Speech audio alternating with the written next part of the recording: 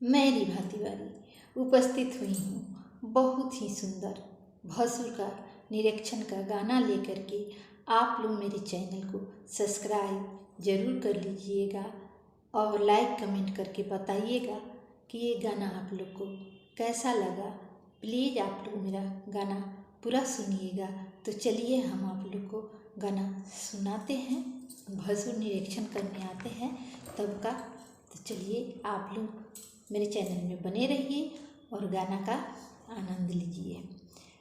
हमरा माड़ावा में कैला बदनामी, लगा के ओठे लाली भसुर जी। हमरा माड़ावा में कैला बदनामी, लगा के ओठे लाली भसुर जी।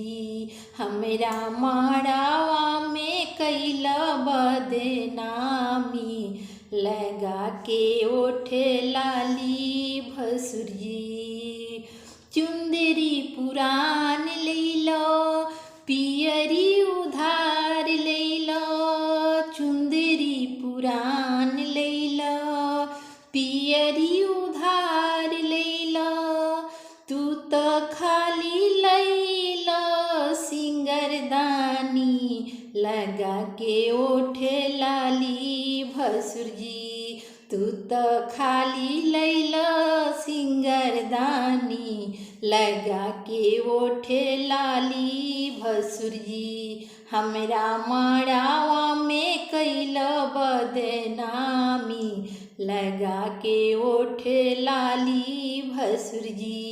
हमरा माड़ावा में कैलो बदनामी, लगा के ओठे लाली भसुर जी।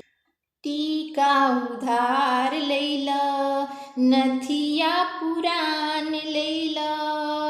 टीका पुरान लैलो, नथिया उधार लैलो।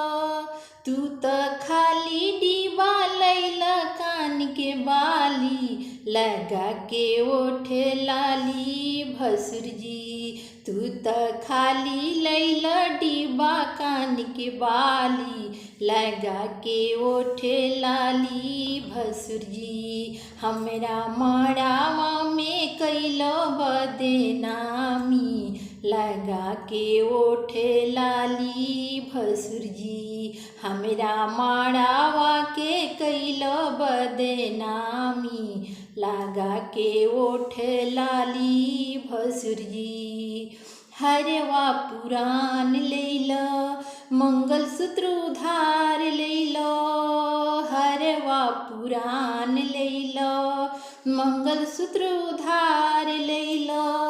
तू तो खाली डब्बा लैलो अंगूठी वाली, लगा के ओठे लाली भसुर जी। तू तो खाली डब्बा लैलो अंगूठी वाली, लगा के ओठे लाली भसुर जी। हमरा माड़ावा में कैलो बदनामी, लगा के ओठे लाली भसुर जी।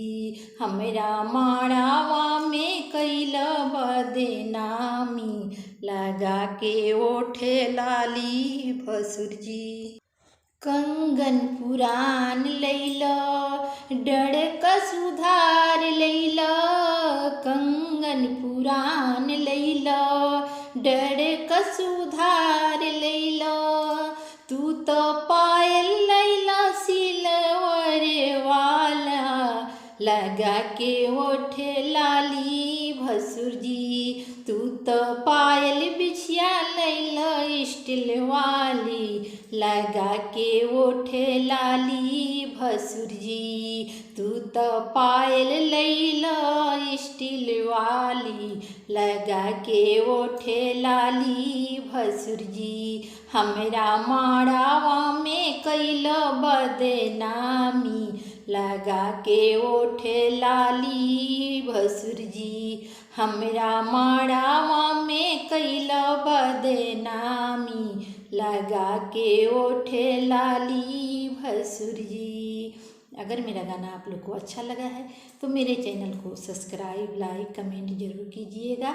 फिर मिलेंगे अगले वीडियो में।